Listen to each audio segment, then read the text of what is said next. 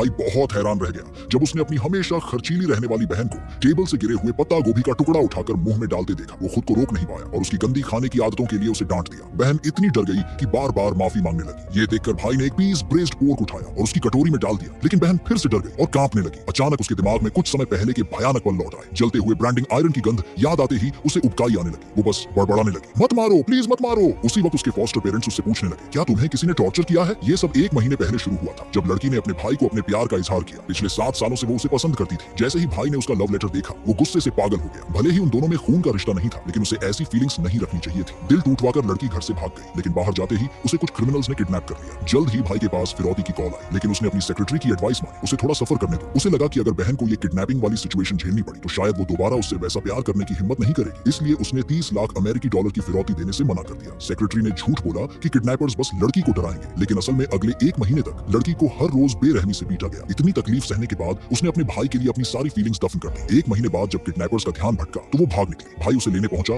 तो उसने देखा कि उसकी नाजों में पली बहन अब एकदम साइलेंट और ओबीडियंट हो गई थी, लेकिन उसके शरीर से आ रही बदबू से भाई को घिन आने लगी। घर लौटकर लड़की ने खुद को अच्छे से साफ किया और अपने जख्म छिपाने के लिए मोटे कपड़े पहन लिए। भाई की नजर उसकी कलाई के जख्मों पर गई तो उसने चिंता से पूछा, ये कैसे हुआ? लड़की ने झूठ बोल दिया, गिर गई थी। वो ये सोचकर रह गई कि उसके भाई और फॉस्टर पेरेंट्स ने जानबूझकर उसे बचाने से मना किया, लेकिन असलियत में सब कुछ सेक्रेटरी की चाल थी, क्योंकि वो भाई से शादी करके सीईओ की वाइफ बनना चाहती थी। उस रात फॉस्टर पेरेंट्स ने लड़की की फेवरेट डिशेस बनाई, लेकिन वो आदतन अपने हाथ से खाने लगी, जिसे देखकर सब हैरान रह गए। जल्दी से उसने चॉपस्टिक उठाई और पागलों की तरह चावल खाने लगी। उसी वक्त भाई ने उसकी कटोरी में ब्रेस्ड पोर्क रखा, लेकिन जैसे ही उसने मांस देखा उसे वो सीन याद आ गया जब किडनैपर्स ने उसे जलते आयरन रॉड से दागा था। अचानक उसे उल्टी होने लगी और वो जोर जोर से रोने लगी, मत मारो प्लीज। फॉस्टर पेरेंट्स घबरा गए और पूछा, क्या तुम्हें किसी ने मारा? लेकिन लड़की चुप रही, क्योंकि उसे यकीन था कि उसके अपने ही घर वालों ने उसे छोड़ दिया था, जिससे उसे ये सब सहना पड़ा। डिनर के बाद फॉस्टर फादर ने पूछा, क्या तुम अब भी अपने भाई से प्यार करती हो? क्योंकि वो उसे उससे शादी कराना चाहते थे, लेकिन लड़की जिसने 7 सालों तक भाई से प्यार किया था अब वो उससे नफरत करने लगी थी। उसने कहा, अब मैं उसे पसंद नहीं करती। इस पर फॉस्टर फादर को थोड़ा अफसोस हुआ। फिर उसने लड़की को $30 मिलियन की वो इनहेरिटेंस दे दी जो उसके असली पेरेंट्स मरने से पहले छोड़ गए थे। लड़की सोने जाने वाली थी, लेकिन भाई ने कहा, आज तुम मेरे रूम के बगल वाले रूम में सो, मेरा रूम सेक्रेटरी को दे दो। लड़की को किडनैपर की वो धमकी याद आ गई। अपने भाई से दूर रहो, इसलिए वो तुरंत घुटनों पर गिर गई और माफी मांगने लगी। भाई ने नोटिस किया कि उसे कोई पर्सिक्यूटरी डिल्यूजन हो गई है। तभी गलती से उसकी नजर लड़की की स्किन पर पड़ी, जहां उसका नाम टैटू करवाया गया था। उसे देखकर भाई फिर से गुस्से में आ गया। सेक्रेटरी जो भाई की रेपुटेशन की फिक्र कर रही थी वो बोली, इस टैटू को हटाना पड़ेगा। भाई ने लड़की को नाइफ पकड़ा दिया और कहा, खुद ही इसे ठीक करो। दर्द में लड़की ने वो टैटू काट कर हटा दिया। फिर सेक्रेटरी कुछ फोटोज लेकर आई जिसमें लड़की को किडनैपर्स से मार खाते दिखाया गया था। उसने लड़की को धमकी दी, अगर तुमने दोबारा भाई के करीब जाने की कोशिश की